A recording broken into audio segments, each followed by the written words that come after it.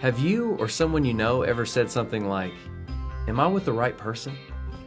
You know, relationships, like a lot of things in life, go through a naturally cyclical process.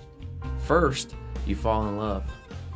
You anticipate the other person's phone calls and texts and feel this excitement and euphoria at the slightest touch, and even enjoy all the annoying little quirks of the other person. You know, falling in love is not difficult. It's pretty easy. That's why they call it falling. But after a few months or years of being together, unfortunately that euphoria of love fades. Those adorable little quirks that you used to find so cute start to wear your patience thin. And all those phone calls and texts that you used to look so forward to are now becoming bothersome. And you just can't help but notice all of the things your spouse seems to be doing to intentionally annoy you. And this is the stage where people start asking, am I with the right person? I'm not sure I'm in love with this one anymore.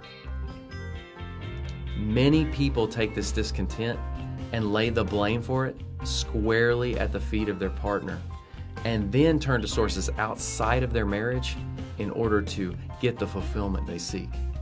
Infidelity, drugs, work, leisure, all of these things are used by people in an attempt to fill this perceived emptiness. And let me tell you the truth, you could fall in love with someone else. You could. And temporarily you might feel better, but you'd be in the same situation or worse just a few years later. Because, and listen carefully to this, the key to having a successful marriage is not in finding the right person. It's in understanding what love really is, and then learning to love the person that you already found. In 1 John 3:16, the apostle helps us to have that correct understanding.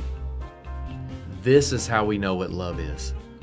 Jesus Christ laid down his life for us. And similarly, the apostle Paul tells us, husbands, love your wives just as Christ loved the church and gave himself up for her. Sustaining love is not something that just happens. You have to work at it every single day.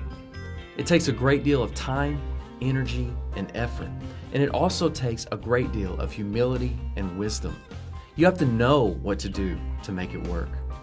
And make no mistake about it, the God of the universe poured himself out to nothing and laid down his life in humiliation for us. He did what it took to make it work. And we must be willing to do the same to make our relationships work. Love is not a feeling, it's a decision, and it's a decision worth making.